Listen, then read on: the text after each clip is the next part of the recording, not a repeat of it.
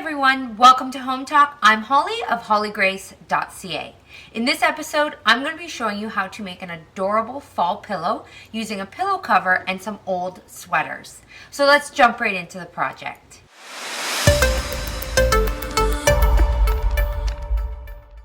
To begin my project, I have my pillow cover here, and this is just a standard 18 by 18 pillow cover. I'm just finding the zipper enclosure here so that I can make sure that is at the bottom. Zipper enclosure is at the bottom of my pillow.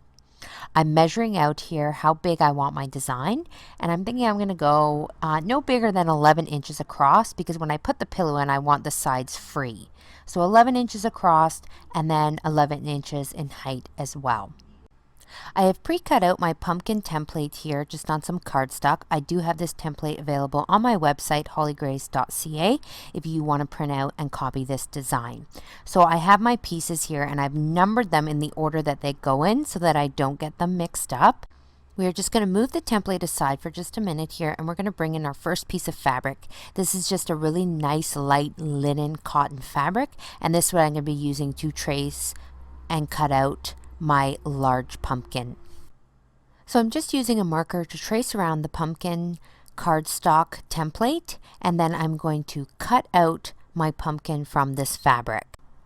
I use a pair of fabric scissors just to cut out my pumpkin. After my pumpkin is all cut out, I just took a pair of utility scissors and then opening them not fully because there is a plastic piece in the way right here, I take the edges of my fabric and then using my scissors I just frayed the fabric a little bit to give this pumpkin a very primitive rustic look.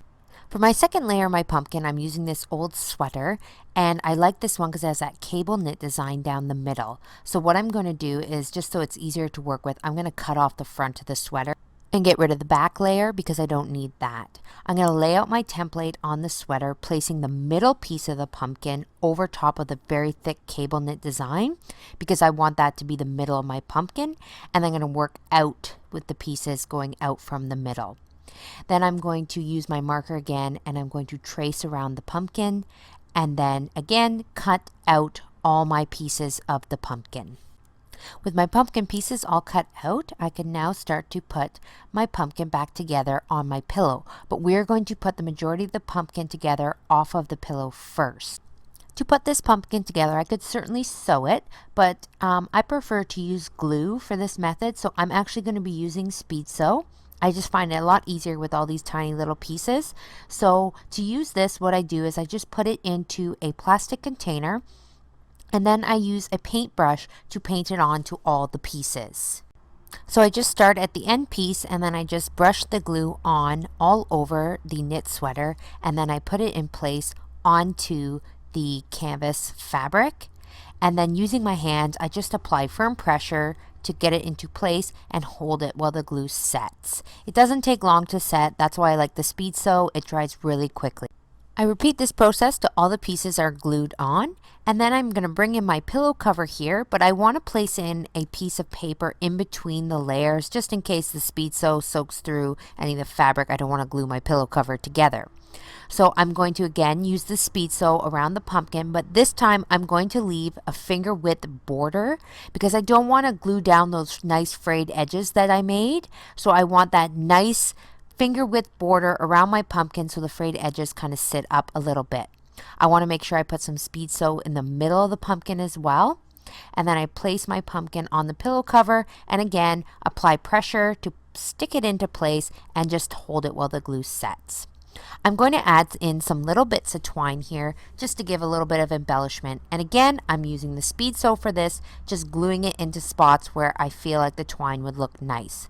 I work it underneath of the fabric so that it looks like it's coming out from behind the pumpkin. With my twine in place, I also thought a little tiny banner would look nice, so I did make this with my Cricut and some heat transfer. If you don't have a Cricut, you could also use a fabric marker or some fabric paint on just a piece of canvas cloth fabric and then glue that into place as well. With our pillow finished, all we have to do is put in an insert and then we can put it on display in our home.